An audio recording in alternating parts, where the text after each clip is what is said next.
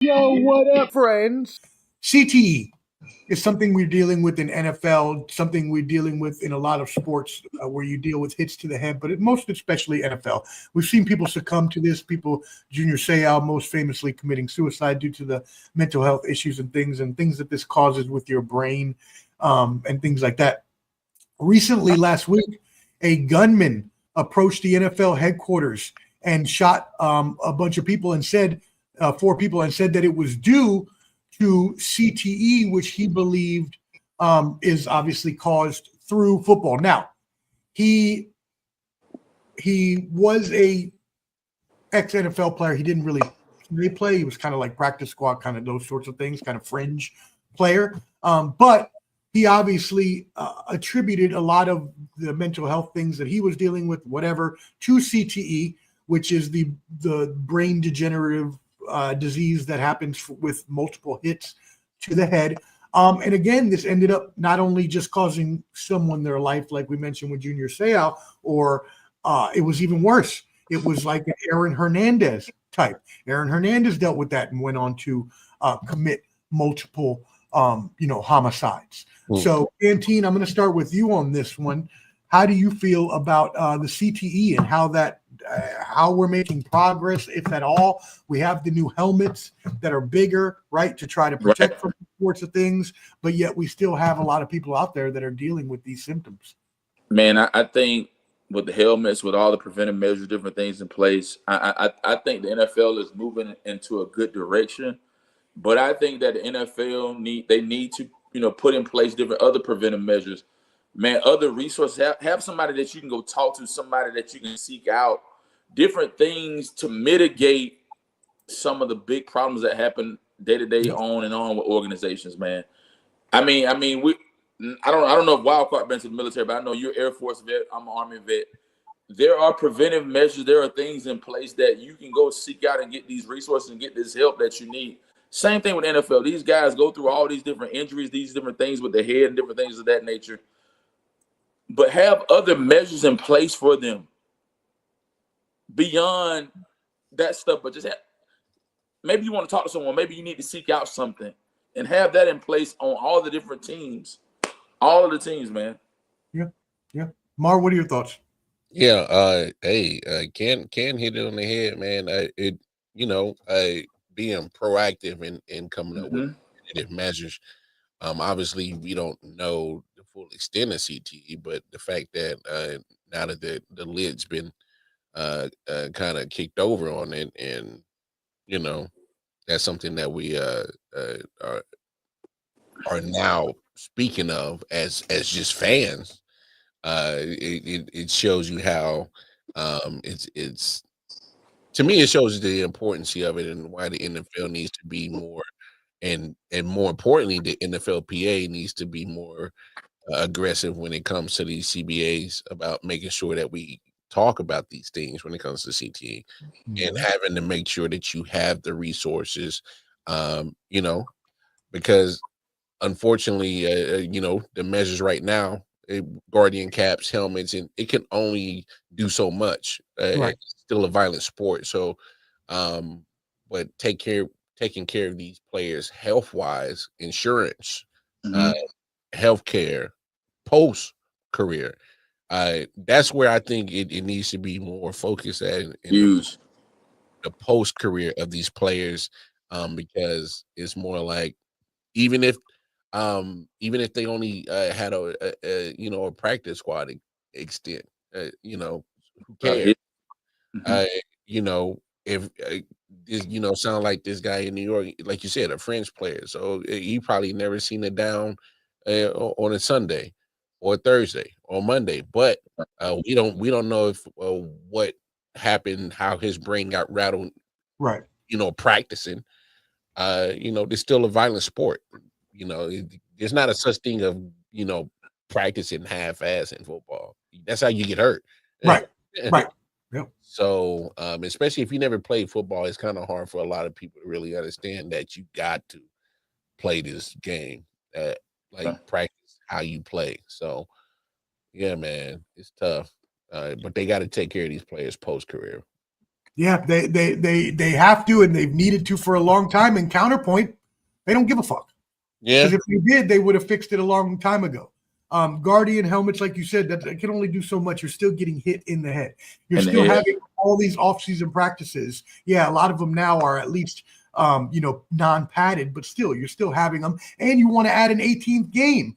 Well, then shit, give me 2 preseason games off, because all you're doing is causing even more and more violent hits to the head when you're adding a regular season game to it. Right. So you can't come up to me with this bullshit of player safety when you're sitting here not actually instituting things that might actually protect player safety. And that includes not just helmets, but also, as was mentioned before, supportive resources, so that when people are having concussions, they don't feel pressured to play, or they may lose their spot, or also that they can go talk to somebody if they are feeling some type of way because of too many hits to the head and things like that everybody else has said. So you just got to do better, NFL. Obviously, this has been going on for too long. If we're talking about it from Junior Seau back in 2000, just 25 years ago, we should have been a lot more further along within progress of solving, or at least mitigating, as Ken said, these sorts of things from happening, or at least. Nothing against Wild Card Martin and his Kansas City Chiefs. I think this year you guys just go ahead and just nip it in the bud, Wild Card. But if the Buffalo Bills do not go past the AFC Championship, I got big problems with them. Okay. Are you saying that the Chiefs are what? They're not going to make the playoffs? Is that what you're saying? Oh, they'll make the playoffs. They'll make the playoffs. Oh, okay. They'll win the division. They'll make the playoffs. I think out of that division, I think Denver will be a wild card. Hear me out. Hot take, you should have been here. This is the year that the Buffalo Bills must prove themselves, man. There's no way Josh Allen keeps doing this thing year in, year out, year in, year out. And I'm going to give you a crazy take from the NFC. I think the Commanders jump over the threshold, fellas. This Commanders in the championship. Yes, sir. Is that to win the championship or to go to the championship? It's going to be the Commanders and the Buffalo Bills. And the Commanders are going to win? No, Bills are going to win it. Bills. Oh, the Bills are going to win. Bills. All right.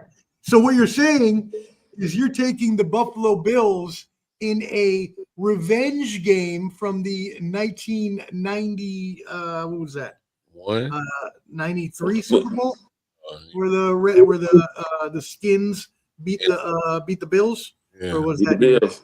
It was one of their 4 they lost. it was one of the 4 of those years that they lost 4 in a row. Mar, what you got? I know we talked a lot about this last night. What you got? And by the way, if you have any storylines or anything you want to talk about as well, because Canteen, I know you want to talk about. I forgot.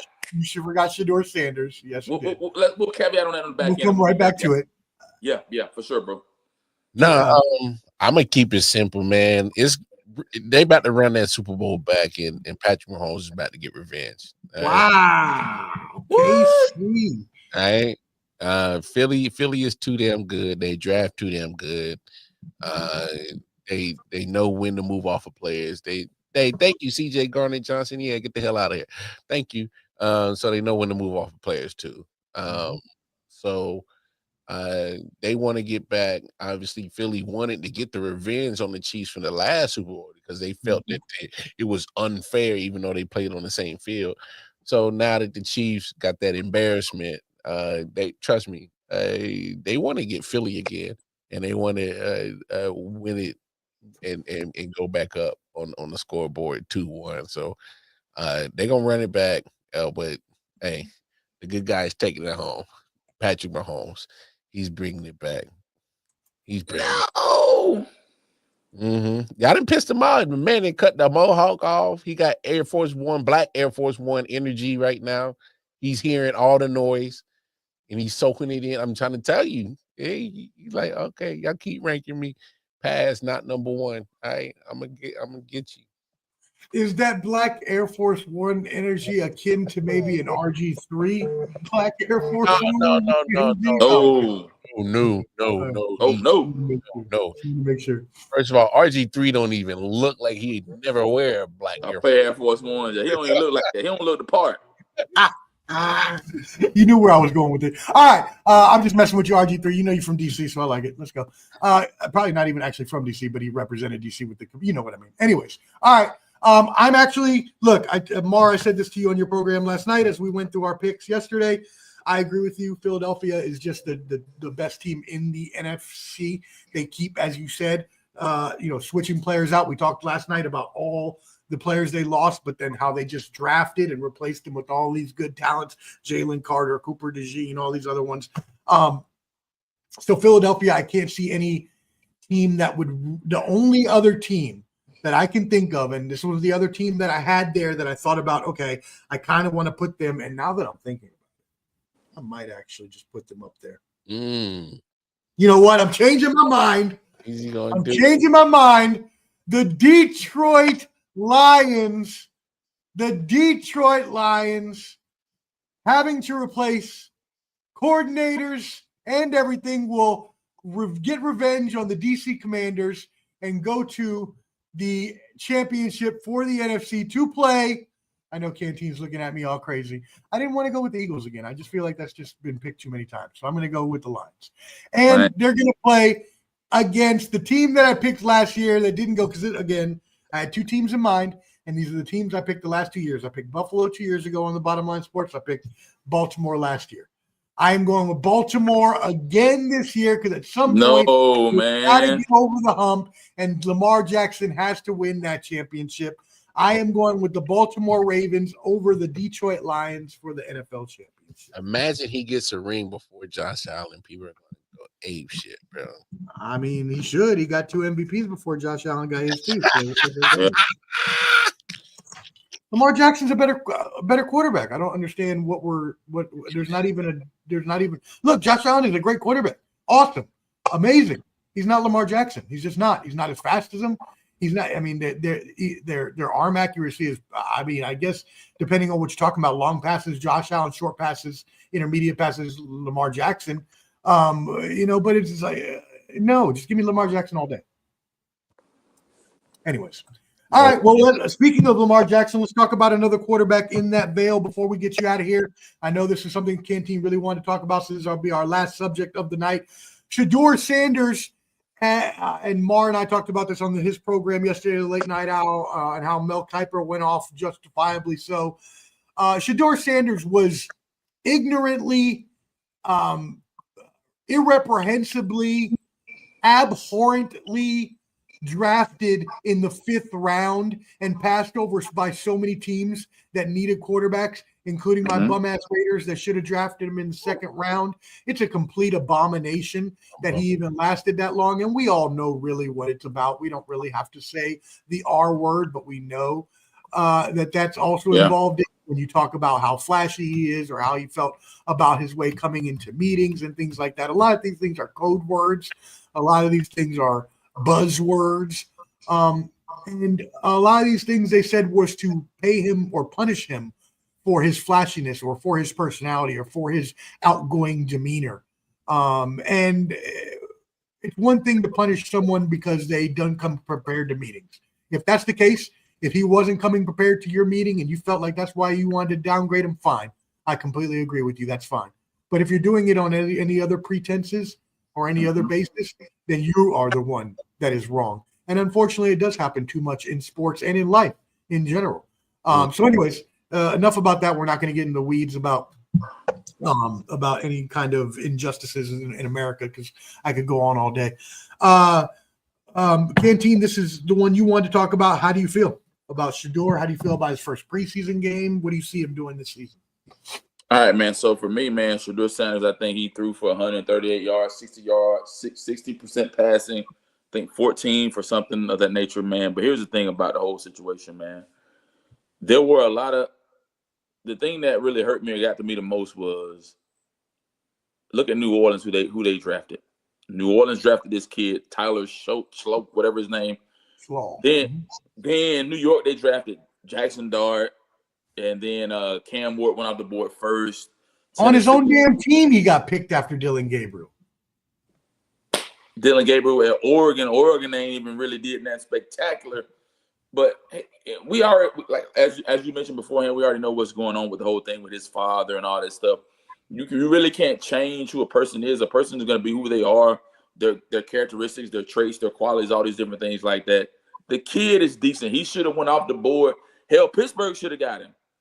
Pittsburgh should have got him. New Orleans should have got him. Your team should have got him. But your team ended up getting Geno Smith and paid him all this money and yada yada yada and got Pete Carroll. But here's the thing. That's even more reason why you draft Shedeur and let him sit behind Geno Smith for a couple of years and then let him start. All facts, my brother. That would be too logical. I'm sorry. All facts, my brother. Here's the thing, man. What really got me on edge was this right here. Everybody's talking about it's preseason, but nobody's playing their starters like 3 and 4 series in a game. This guy went out, came to Carolina, showed out, put up numbers, did what he was supposed to do. But then on the depth chart, Flacco still 1. Kenny Pickett still 2. Dylan Gabriel still 3. Shedeur's at 4. Both of these guys are questionable. But then today, Shedeur had an injury, oblique, whatever. So we don't know. Here's all I'm gonna say at the end of the day. The signs of the time will show guys at least by week 4, week 5, with some of the teams that had an opportunity to pull this kid off the board. You passed him up, bro. You can't tell me what's different between him and Jackson Dart. And then the Giants went to go get. They got Jackson Dart. They got Jameis Winston. They got Russell. Russell, make it make sense to me. We know. All 3 of us. The professor know wild. I know wild card. We all know. Give me the week 5, and we'll see who's really doing all the talking. Because they're gonna start Flacco. We know for sure, and because I know how well Mar knows and how astutely he put it last night on his program, I'm going to let Mar take us out with the last thoughts on this one because I agree with him. I'm good on it, fellas. So, Mar, what you got for the people? Yeah, man. I mean, it's they hate things that are different. And point. At the end of the day, Shedeur is confident in himself. He knows who he is. He's coming from a father that has raised him to be confident in your abilities, and the confidence is backed up with the play. He's always backed it up with the play. We know he should have been a first rounder. They want to quote unquote humble him because he didn't do things that we're comfortable doing from a quarterback perspective. Yeah, yes, you coming in. Shedeur, Travis Hunter, and some of these guys are kind of some of the new leaders of the NIL, kind of guinea pigs now coming to the NFL. Right. If we really put it into perspective, they're kind of like the guinea pigs at NIL, where it was kind of like brand yourself. They made all this money, and they don't. If we're being frank, they're probably they've already made a good chunk of change that this little rookie deal that I'm getting ain't even shit for being a little 5th rounder, man. Right. Little check. So and all the money they're going to make off of him once he does become the starter, and they get endorsements and sponsors, they're going to be making the money. All that. I'm pretty sure he's getting a good little jersey sale check right now because his jersey he has the most jersey sales right now. His jersey flying off the shelf because the fans know exactly what Mar's saying right now. Because the guy can play, all right. They know it, and I don't know why Cleveland is trying to make this a circus. They're not even on that same tier to even entertain anybody worth the damn. They try to think that they're Cowboys and Jones even have this kind of circus to even go on. But regardless, here we are. Look, they better capitalize on it and start building around him. But we've seen him kind of, play with not so great offensive line and still make shit happen. So Shedeur's gonna be fine. It's for everybody else to get comfortable with his style of quote unquote what a quarterback should and shouldn't do. Right. So he's gonna do it his way, and he should, because it's worked for him getting here, and ain't no chance to changing nothing now. So Yeah, I mean, stick with what got you to the promised land. So, Hey, That's it, bro. Subscribe on YouTube at Ball and Buds for sports and entertainment live streams and videos.